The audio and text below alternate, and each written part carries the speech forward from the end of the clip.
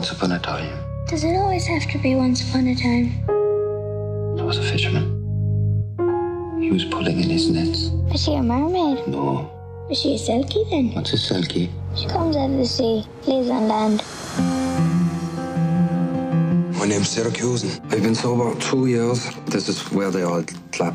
Where did you see that in the movies? The girl here, sir. Is that illegal? No, but it's unusual. I stole some lady's clothes. I don't like this at all. They were for this girl I met. Thank you. So, what's the story?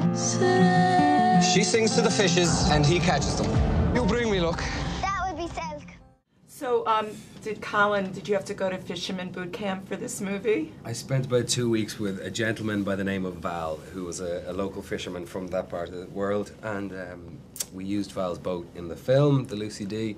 So I spent about 2 weeks with him out in the water, just hanging around. I mean, we didn't get up to much, you know. He showed me a couple of knots that I never used, and then we just kind of drank coffee out of chip mugs and ate soggy biscuits, and he told me tales about what he'd been through in the 20 years of fishing that he'd experienced. He was cool. It was a lovely time. Yeah, it was lovely. Did you eat the fish that was caught, or you threw it back in? It wasn't really... Well, we didn't kill fish in this movie. We didn't kill any fish in this, or mermaids in this movie. Did we eat them? No.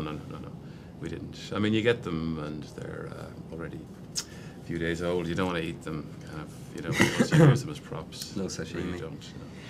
This film was so much like a love letter to where you grew up. So what was that like shooting in the area, and did you use a lot of extras that lived there? Yeah, it was beautiful. It was like you know, seeing could you let this little town express itself through a story and through a movie, you know, and basically saying, okay, we're not going to colour the skies, or we're not going to add digital effects, or we're not going to have strange creatures come out of the water. We're going to do none of those fairy tale things, but just see it as this ordinary place in and of itself, you know, express that sense of enchantment, you know.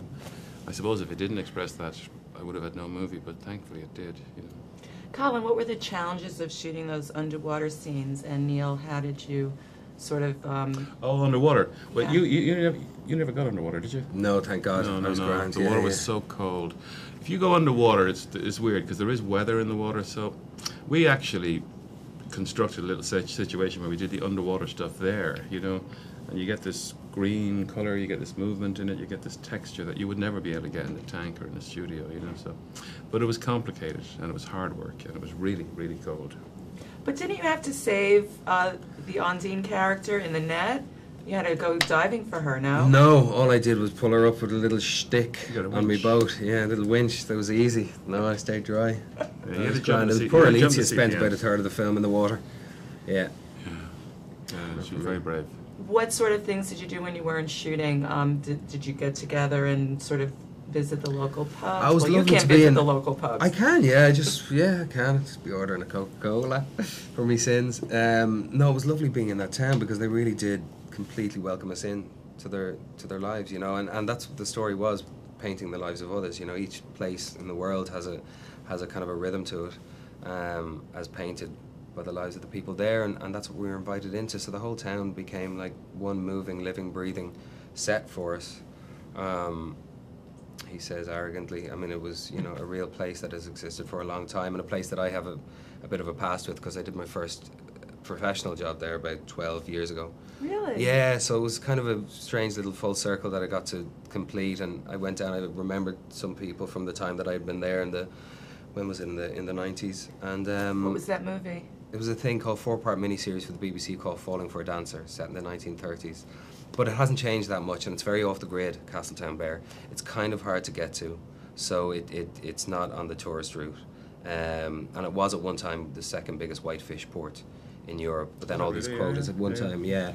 So it was never really affluent, but it was a lot more, you know, busy economically than it is now. It's been hurt by all these quotas and so on and so forth.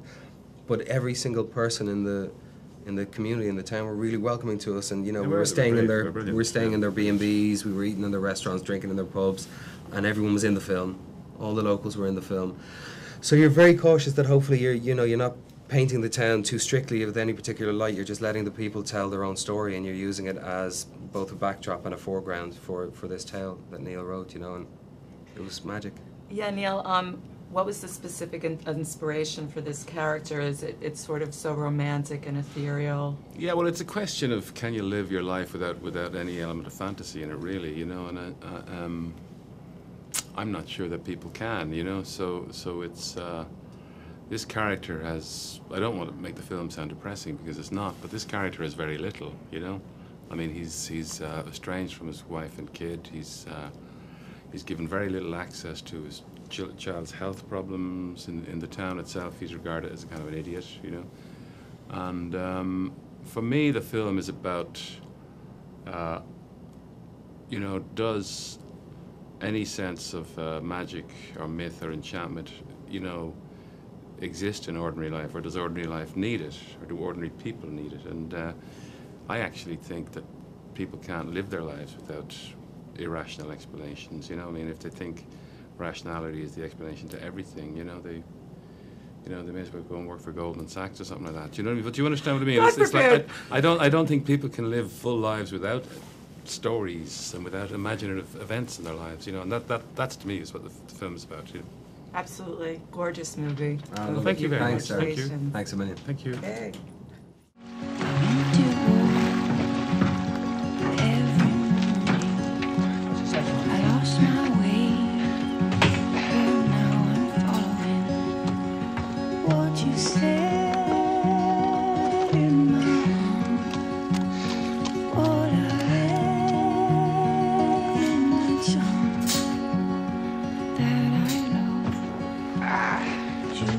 Why you put them back? Save it for a rainy day. Sell the rest.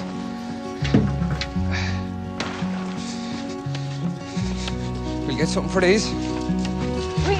Your share to catch. You did sing. Just don't go around town singing for everyone. Come on into the co-op. We'll get €10 a pound. I don't want to meet anyone. You've met me. You're the only one. Okay.